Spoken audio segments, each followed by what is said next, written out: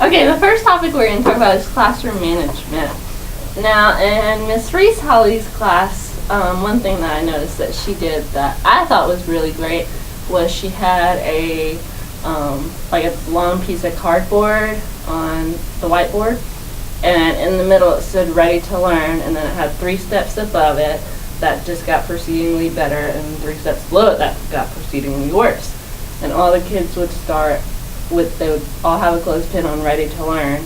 Then if they acted up, they moved down. If they did something that was good behavior, they moved it up. And I thought that was really cool because a lot of times you see the boards where they start at the top and they only get recognized for their bad behavior, but here they could get recognized for their good behavior as Yeah, well. I noticed that. I like that too. So. Well, I feel like other than the visual classroom management aspect, when she was actually using her classroom management styles, majority of the time she was just yelling at students, and it may not have always been like a raised voice, but it was kind of in a condescending way, and I felt like that created somewhat of a hostile environment and kind of was a typical Catholic school setting where, you know, she's really strict. There wasn't much leeway, like it was, you do this way or else you're going to be reprimanded for it. And so I feel like because these students were in this environment their whole entire school and career, then, you know, it's working out for them. But if it's a student who is transitioned into this school or into this classroom, it might be a tougher transition if you're just, I guess, proceeded with negativity and just constant yelling. So I wish we could have seen more different ways she could have done instead of just counting and yelling at her students. And all they did, even when they transitioned in between subjects, all she'd yell is transitioning period. And it's constantly hurry up, get your books out and stuff like that. So we really didn't get to see a great example of classroom management besides the cardboard on the whiteboard. Yeah. And something that I was going to point out about her, like raising her voice, is sometimes you do have to be stern with the kids, but you don't need to be condescending towards them, because you need to understand them and understand why they're doing that behavior in order to correct the behavior.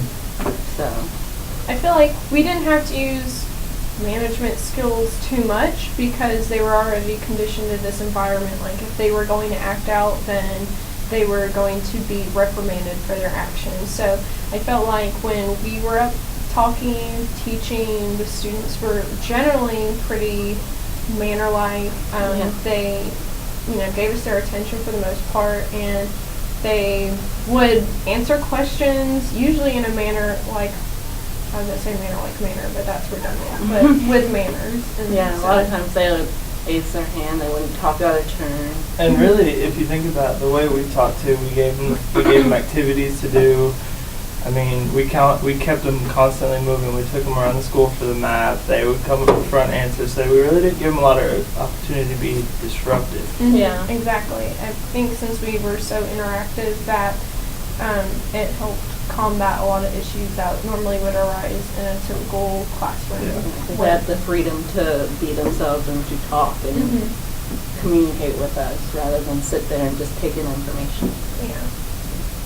So other than classroom management, I think the second topic was on instructional resources or strategy. And so I was thinking about some of the things that we did. We did matching games, which was also a form of assessment.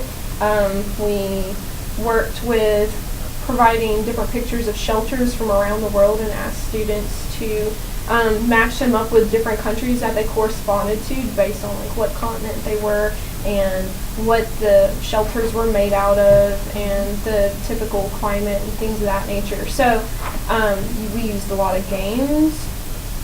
I have to say though, the matching was my favorite because when me and Brittany worked together in that group, they had a lot of fun with that. Like they were wanting to do it again. Yeah. So that really shows that they were, if they got it wrong, they had another chance to get it right. Yeah. Right. It was so hands-on, and I mean, it's very interactive. They had a lot of fun with that one.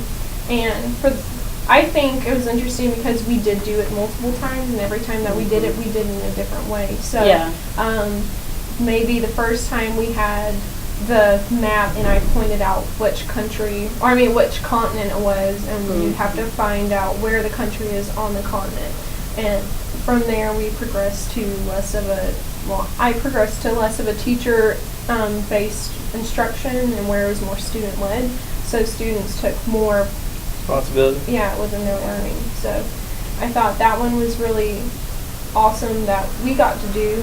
Another one was the flip book that we did with our chili lesson. And I just like graphic organizers. I mean, yeah, they may be considered like a worksheet, but it's a good like organizational skill to help students organize their thoughts in their head onto paper. One thing I wish we would have done with that flip book, and I thought of it afterward, is when they wrote the 2 facts, we could also have them draw a picture or something. That would have been a good really little. good idea. That would have been good. Yeah. It wouldn't have been like so much as a writing thing. It would have been more of like, hey, you write and then draw a picture of what you think that area would look like or something. I think that would have been a good That would have been a input. good idea. I think we always hear as future educators to incorporate all different types of learning. And so I think one way that we did a really awesome job at doing that was the fact that we used auditory and visuals when we presented them at the Chile.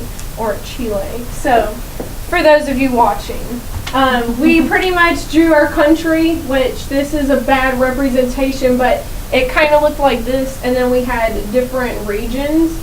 And in our different regions, we would talk about the differences in climate and weather, different types of animals and things like that. So we weren't just telling them about it, but we gave them a visual representation to tie all this information to, so that way they could retain it and kind of have a general sense of what each area was like and what each area had to offer as far as culture goes. We labeled it as well in our visual. Yeah, so we did that with our flip book. So we were combining graphic organizers with visual and audio forms of learning. So I think by keeping our students engaged, that we were able to have a successful. I think one of our toughest instructional strategies was when we implemented Spanish.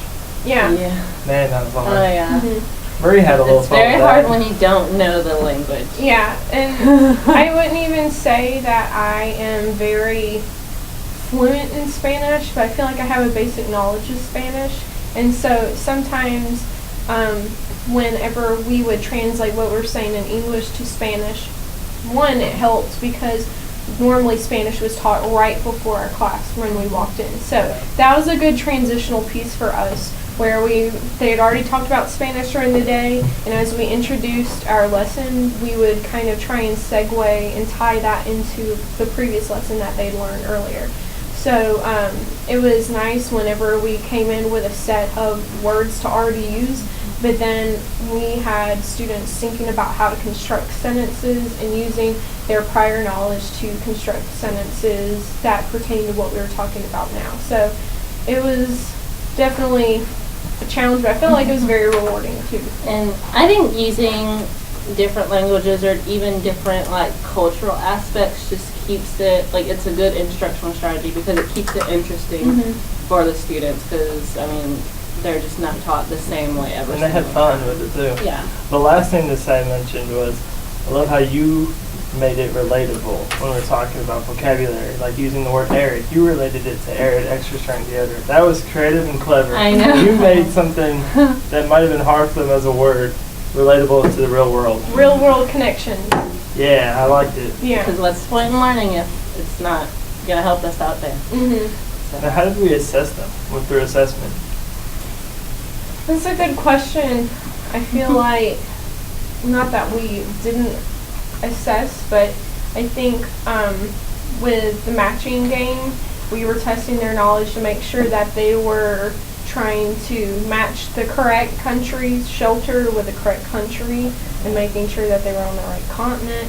That was one way we did assessment. We administered that ourselves. It was kind of vocal and visual, so and kinesthetic too, so for hands-on learners. So I feel like that really tied in all types of learning, but making sure that they're putting the right shelters with the right countries was a form of assessment, I feel like. I think we did a lot of informal assessments where we just listen to their answers to our questions and kind of like just observe them and see their understanding. Like a lot of times if one person was up front teaching, we'd walk around and kind of interview the students and ask if they had any questions about it, make sure that they fully understood what the teacher was talking about. I think another thing too was the flip book again. Yeah. I mean, that was a fun activity, but we also was seeing what they were learning. Yeah, they were writing down what we were saying, but we throw out many different facts, and they got to choose it. So seeing which ones they selected, and I know when I went around, I asked why they selected it, and they would tell me why. It was interesting. That was another good assessment strategy. Yeah.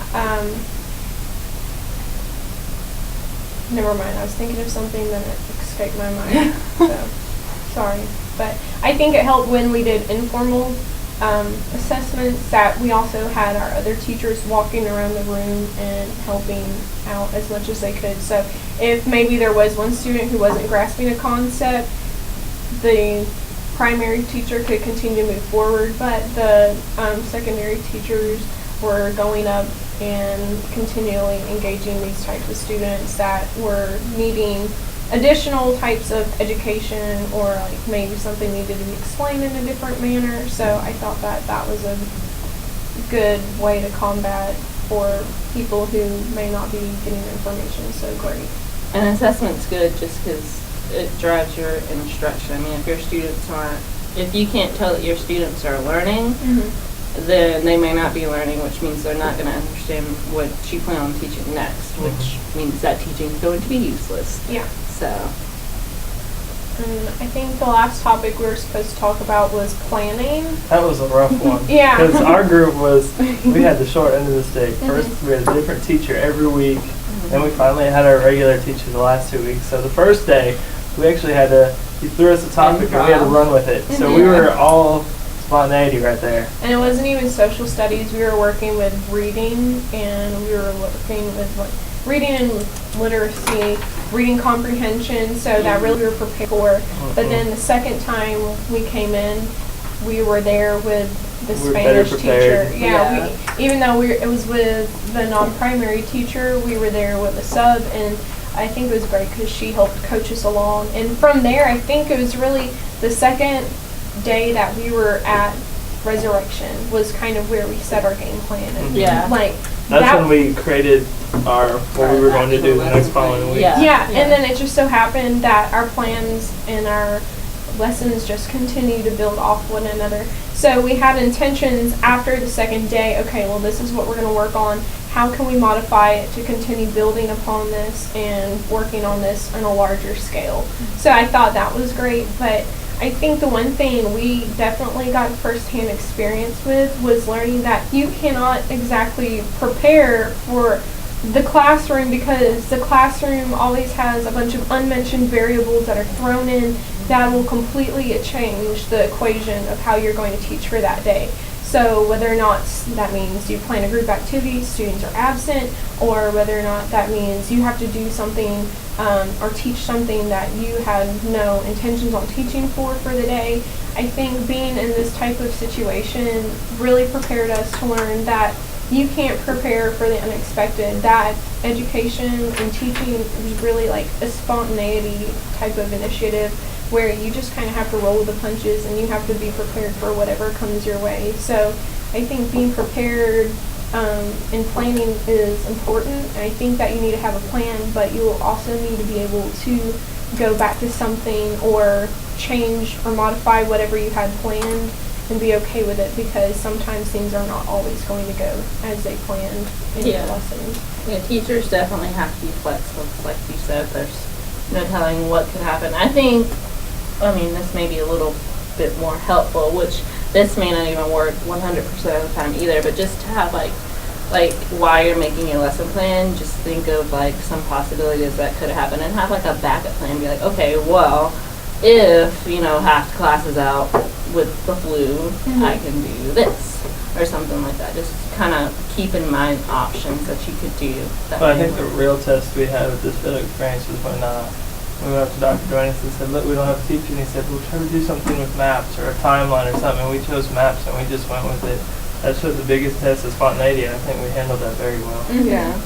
Yeah. We all looked at each other like deer in the headlights though, like what? Yeah, I mean, we went from map making, and then we talked about directions, but then we had no clue that we would be teaching Spanish that day, and that's where we really started to incorporate different cultures and different languages into our lessons. So, you know, from that point forward, we knew, okay, if this is what we're going to do, then you're going to need to do a little bit more research and try and find other ways that we can incorporate this too. So, yeah, I think that the planning aspect of it, I think even though we were given the short end of the stick a good portion of the time, that we did the best that we could with all the opportunities and situations that we were provided. And another thing too is lack of resources. I know this is hard to plan activities when you don't have the smart board or all the technology. That was difficult. Oh, yeah. too, Especially because for social studies. most of the classes I've been to, they all have smart boards or even projectors. I didn't even see a projector in her room. Very primitive. We really had to be interactive and be creative with stuff and really see how we were going to bring it to life Mm-hmm. without that technology aspect. Yeah. I think the exact same thing because I feel like we were kind of traveling back in time, and I feel as educators we should be preparing our students to be part of the 21st century workforce, and a lot of that requires technology usage or technology literacy, and we weren't able to provide that. However, we did use a lot of manipulatives within the library, such as maps, globes, books, that we were able to still give them a full, well-rounded experience with the limited resources that we did have. And I know we made it fun too, especially when we made the map and walked around the school. I mean, that shows of not using technology and knowing how to read a physical map versus just. But knowing your resources is definitely important because you don't want to plan this like amazing lesson that incorporates like all this technology and then not be able to do it because, and again, that goes back to the curveball thing. I mean, you can plan a lesson and realize, oh, you don't have these resources and have to do something spontaneously. Yeah, I think the one thing I really appreciate about our spontaneous planning, if that's not an oxymoron, but was the fact that once we were able to come up with what we were going to talk about, we were able to transition so smoothly week after week after week because our plans just continue to build off of each other, even though they were different in some aspects and maybe the way that they were taught. For the most part, they were hand in hand, and I think that because they were so complementary, that worked out well for us, and it really worked out well for the students because we could continue to assess them week after week by asking them questions like, okay, well, what did we learn last week, and how can we apply what we learned last week to what we're about to learn this week? So it even worked out with like our Chile lesson and kind of going from like a map of the room to map of the school, looking at countries on a map, to then looking at one Chile. specific country. Yeah. I know in our group we even. Look, we plan to do the matching or like find this, look for this country, and I know me and Brittany incorporated because the teacher wanted us to try to talk about the president, and we actually incorporated that in there too, and that was another spontaneous thing. We could have planned that, but we really couldn't figure out a good way to tie that into maps until the opportunity presented itself within teaching. You just have to think on your toes a lot as a teacher. And think outside the box. Yeah. Overall, I think it was a great experience. Oh, yeah. Great group. It was fun. I enjoyed them. Yeah. I think they're well behaved and they're very inclusive and wanting to learn, and so that made it more engaging on our part, and it wasn't such a drag to go in and teach it. It's great to teach fresh minds and people who are eager to learn. And it was, one last thing. It was so weird planning for a class of 9. Yeah. I agree. Holy jamon. For the whole entire grade. It was more intimidating than anything. Really? And think about it. You got to reach, you got to reach 20 kids and some will fall through the cracks, but 9. I thought it was more fun. Yeah. You can just do so much more That is true. I didn't think of with that. smaller classes. Like you can do more hands-on activities. You can just be more interactive with them. I mean, you can still do those things in larger classrooms, but you can spend more time on the lesson too. Yeah. So overall, great experience. It was fun. I liked it a lot. Agreed. Group high five. Yeah. Oh. Until next time. Yeah. Stay classy.